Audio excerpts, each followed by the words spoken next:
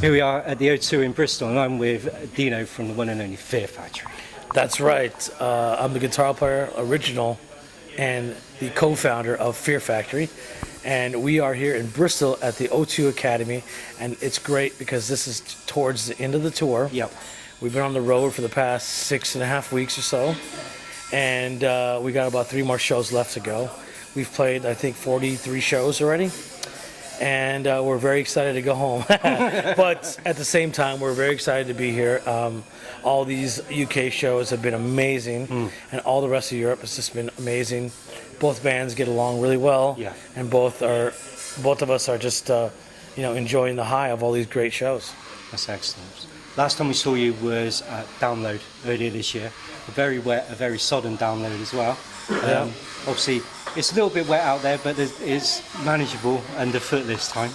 So. Yes, it's not that bad out here today, but No. yeah, Download was pretty insane. Some of the bands got pushed to a different stage, but we still managed to stay on the main stage. And when we came on, it was just like it was insane because they cut the ropes, and all these kids, thousands and thousands of kids, just ran down just to see Fear Factory, and it was definitely a big rush for us. Certainly. Obviously, this year is also the release of your brand new album. Yes. How was that? Didn't you also win an award at Mount Hammer as well? Yes, we won. Well, no, the record didn't win an award, but we won the. I think it was like Icon, one of the Icon awards, Bert and I, and it was great. I mean, to finally get recognized for something, you know what I mean? The UK has always been, a home for us. Yeah. It was one of the first countries that we ever got a gold record in for demanufacture. Yep.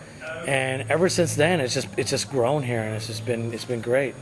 And to get that award was definitely felt like a really good achievement because we have similar things like that in America, and we haven't got any awards yet over there yet. And we're from there. What the hell? Well, it's just good. The British fans really warm when they can't get onto a group. They do not let that group go. I saw something online the other day that said UK metal religion is bigger than Scientology here. Yeah. Did you see that? Yeah. I thought that was hilarious. So let's get back. As a guitarist, what age did you first pick up a guitar? And have you still got your original guitar? No, I don't have my original guitar. Unfortunately, I sold it. But then again, the guitar wasn't original either. It was a copy of a Les Paul. Yeah. But I first started picking up the guitar when I was like 14. But there's always been guitars laying around my house. My dad was really into mariachi music, Mexican country music, and so there was always acoustic guitars laying around. And so I, noodled around it when I was a baby and stuff like that. Yeah. But it wasn't until I was 14 years old. I first seen Angus Young on TV, first heard AC/DC, and I was like instantly hooked when I was 9. That was when I was 9. Yeah. But when I was 14, I'm like, I want to do this. I really want to do this. And so I took it seriously from then on, and I just was self-taught. Excellent. But as you get older, obviously, you start discovering other bands, AC/DC, Black Sabbath, Iron Maiden, and then, it progresses from there, Metallica, Slayer, and everything else. So I started learning guitar from learning those records, learning all those riffs, and I'm pretty much a self-taught. Excellent. Yeah. So as a musician and also a music fan, is there any guitarist that you still look up to at the moment and still idolize? I still idolize Angus Young. I haven't got to meet him yet. Really? I'm hoping someday I get to. And of course, Eddie Van Halen. Yeah. Eddie Van Halen inspired me not necessarily to play guitar solos, but his guitar tone. I loved his guitar tone. Yeah. You know what I mean? I remember when I was 17 years old, I bought my first Marshall, and I was like, I loved it, but I was like, man, it needed something else. So I took it to this guy who modified Marshall heads, like put more distortion. Yeah. And so I said, hey man, I want it to sound like the first Van Halen record. And so he made it sound like that. And I was like, wow. And so it's been in my head ever since. Excellent. Yeah. Obviously, there's a lot of new bands up and coming, and young blood out there as well. Obviously, you guys have been around. You've seen it all. You've seen the industry sort of come and go up and down. Is there any advice you can give these youngsters out there who are really trying to make an impression on the genre? If you're not into it, if you're not dedicated to it, if you're not a lifer, I consider myself a lifer. Because, like, you know, some people, like, you know, once they get past, you know, 20, 21 years old, they're like, oh, I grew up and I didn't like it anymore. You know, but when you get to our age, Yeah. you know, we still love this shit. We're lifers.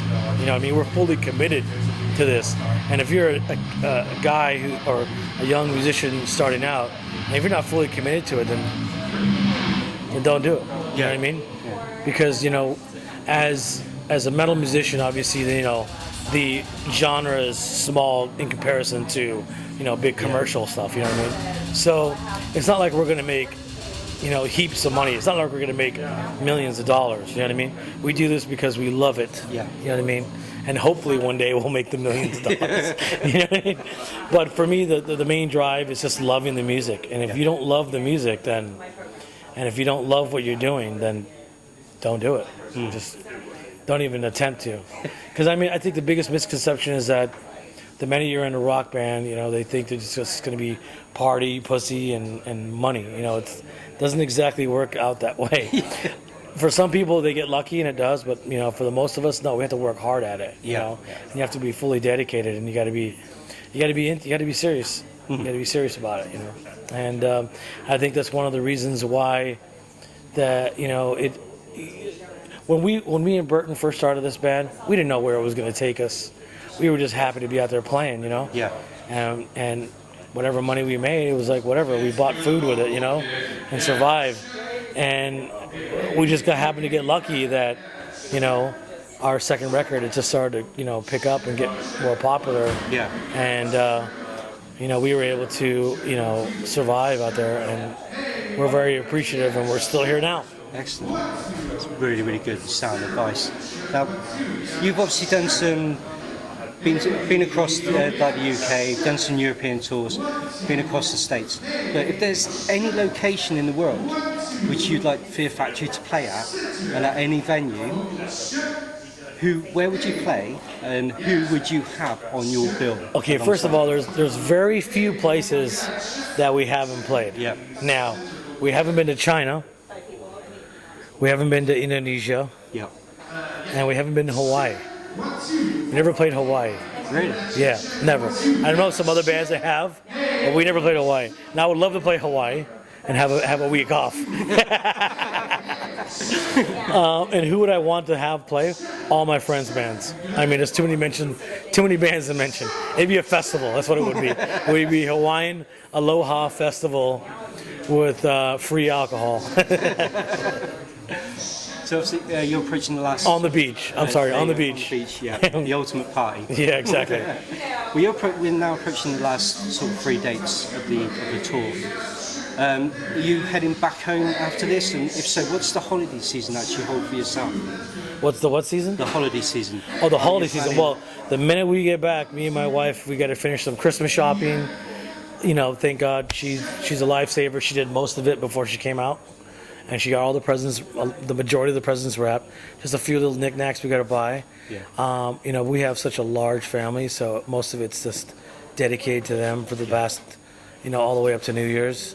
And then after New Year's, I start back to work again. Yeah. Got to get back to work. I have a couple other project bands that I'm going to be, you know, finishing off, doing some shows and doing some records. And then Fear Factory, we start up again in March. Do another U.S. tour. Yeah. We come back over here for all the summer festivals and a few other ones that I can't say yet. Yeah. After that, we're going to be doing another Australian tour. Excellent. And I don't know, I think there might be another thing in the U.S. So Devin Townsend, we've been talking about doing something later next year for the U.S. So hopefully that works out. So quite busy 2013 ahead. Yes. You probably won't see a new Fear Factory record till either later 2013 or early 2014. Excellent. Yeah. So when it comes to actually talking about new material, when it comes to actually putting pen to paper, is there any particular, how do you write the songs? Is it something that could be happening in everyday life, or some of that's you've seen on the news or something that's influenced you? It's a combination of everything. You know what I mean? Everything from us watching movies, to listening to other music, to being inspired by documentaries, something you've seen on YouTube, something you've seen on the internet. It comes from many different parts. You know what I mean? We've written a lot. The majority of the stuff we've written about is obviously man versus technology. Yeah. And we've really loved, that science fiction of it as well. But there is other elements in Fear Factory. We sing a lot about religion. Yeah. For and against it. Conspiracy theories. Yeah. And just human emotions. Whereas on this last record, The Industrialist, it's more from the eyes of an actual automaton for a robot. Yeah. And basically the robot doesn't know that it's a robot, but it discovers that it is a robot. And it's trying to find its creator, the person who created it, and trying to get more life. Yeah. Because he knows that being a machine, that it has a shelf life. Machines become obsolete, and that's a lot quicker than we do.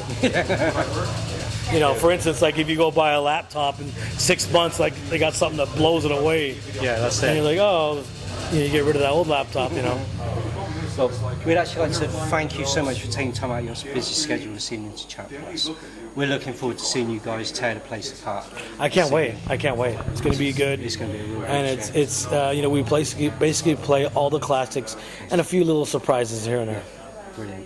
And we're looking forward to seeing you back in the UK or across Europe in 2013. Yes. Have a really good holiday. Have a good break over the Christmas period as well.